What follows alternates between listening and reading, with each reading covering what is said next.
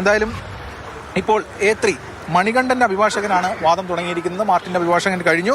കുറഞ്ഞ ശിക്ഷ നൽകണമെന്നതാണ് ആവശ്യം. ചെറിയ കുട്ടികളാണ് മണികണ്ഠന് ഉള്ളത്. പെറ്റി കേസ് പോലുമില്ല. ഓട്ടോറിക്ഷ ഓടിച്ച് ജീവിക്കുകയാണ്.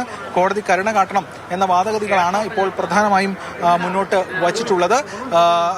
എന്തായാലും ഇത്തരം വാദഗതികൾ കൂടി ഇപ്പോൾ കോടതിക്ക് മുന്നിലേക്ക് മുന്നോട്ട് നീക്കുകയാണ്. നേരത്തെ മണികണ്ഠനുമായി ബന്ധപ്പെട്ട് പറയുമ്പോൾ ഈ അടുത്ത് മണികണ്ഠൻ മദ്യപിച്ച് പ്രശ്നമുണ്ടാക്കിയിരുന്നു. മണികണ്ഠനെ അന്ന് പാലാരിവട്ടം പോലീസ് കസ്റ്റഡിയിലെടുത്ത് അറസ്റ്റ് രേഖപ്പെടുത്തി വിട്ടയക്കുന്ന ഘട്ടത്തിൽ മണികണ്ഠൻ ആത്മഹത്യാ ശ്രമമൊക്കെ നടത്തി. അതൊക്കെ ഈ സമീപകാലത്ത് വാർത്തയായതാണ്. എന്തായാലും ഇപ്പോൾ കുറഞ്ഞ ശിക്ഷ നൽകണം, കുടുംബ പശ്ചാത്തലം അടക്കം ചൂണ്ടിക്കാണിച്ചുകൊണ്ടാണ് മണികണ്ഠൻ അഭിഭാഷകൻ ഇപ്പോൾ കോടതിക്ക് മുന്നിൽ വാദഗതികൾ നിരത്തുന്നത്.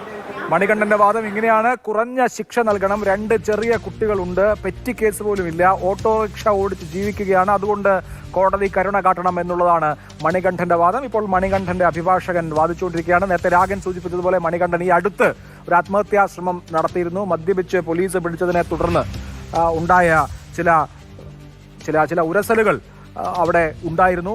ഇദ്ദേഹം മണികണ്ഠൻ, ഇയാൾ A3 ആണ്, അക്യൂസ് നമ്പർ 3 ആണ്, 3-ാം പ്രതിയാണ്. 3-ാം പ്രതിയുടെ അഭിഭാഷകനാണ് വാദം നടത്തുന്നത്. മണികണ്ഠൻ ഈ അപകടം ഉണ്ടാക്കിയതിന് ശേഷം ആദ്യം നടിയുടെ വാഹനത്തിൽ കയറിയ 2 പേരിൽ ഒരാളാണ്. മണികണ്ഠനും വിജീഷുമാണ് ആ വാഹനത്തിൽ കയറിയത്.